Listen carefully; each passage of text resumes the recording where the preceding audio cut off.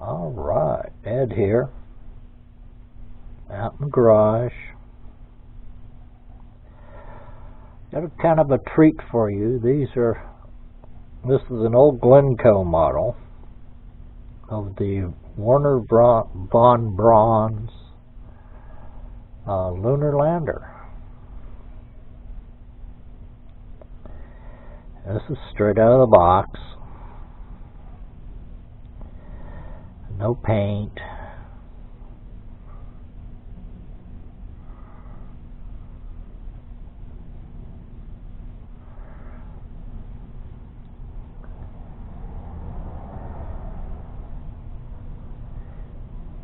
Just straight work. Yes, clear plastic parts for the nozzles. No, this doesn't come off the base right now. I put it all together. I did not put those in. This is Von Braun's idea of what it would take to create a lunar lander. Now, this is strictly a space-to-space vehicle. Notice no aerodynamics, no skin. It's stripped down. Porthole on the top. Several around the sides. Apparently this is the manned portion of it. And this is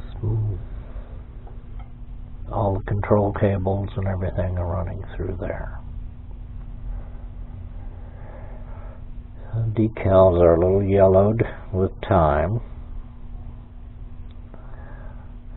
Got the landing radar.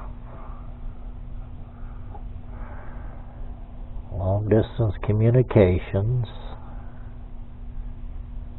Got the batteries. The helium tanks for the pressurization of the big fuel tanks.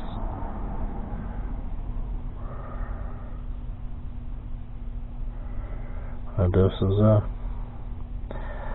old 1950s, early 60s design that he used with Disney to help promote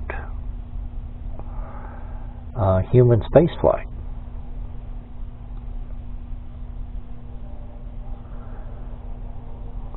And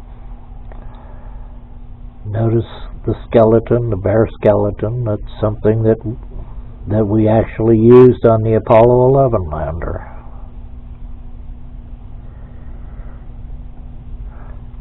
Stripped down, no aerodynamics,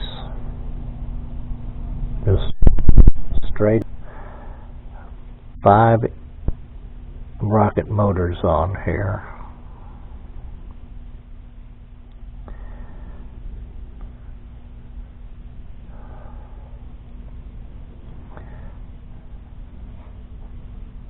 And notice it, by today's standards, are relatively small, but this is what he was working with. This is straight from the V2 processes that he worked on back in the day. Now this one was his orbital retriever rocket.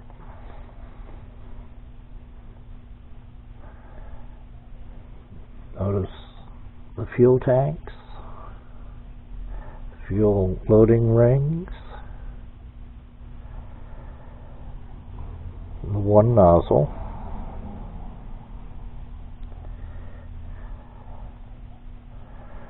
supports and oxygen supplies for the main crewed cabin. This was his idea of a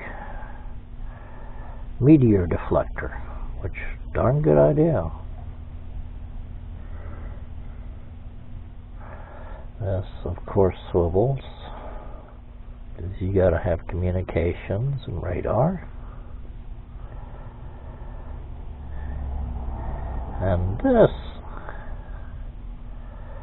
thing right here was an interesting device. Let's see if this still does it.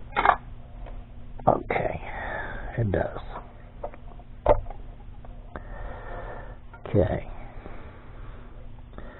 That is an airlock.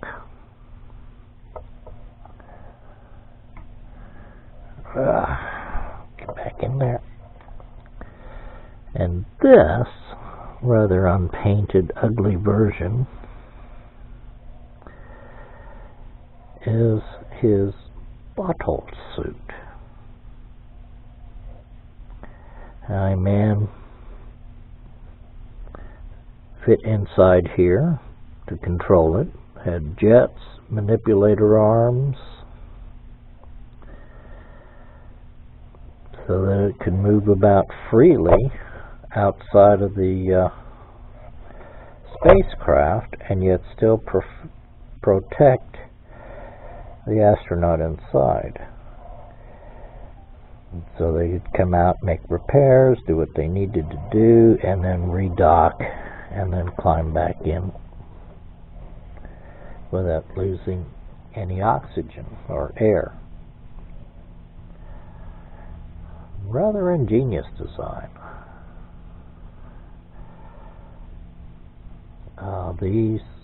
This was for his in-orbit retrieval operations. Again, this is space-based. No or very little aerodynamics, especially on the fuel section. This front section was, but it's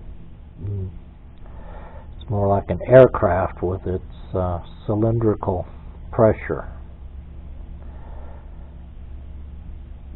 So,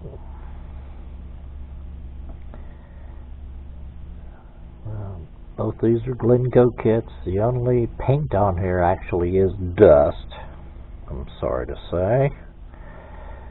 Notice a little yellowing of the decals. But thought you'd like to see the early prototypes of something that developed into both the lander and eventually the space shuttle.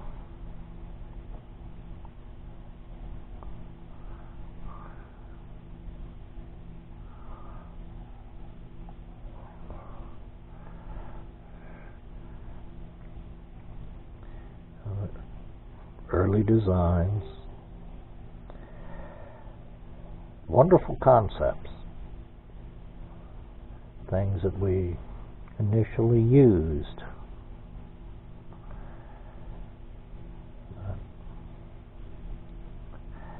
Thought you'd like to see these.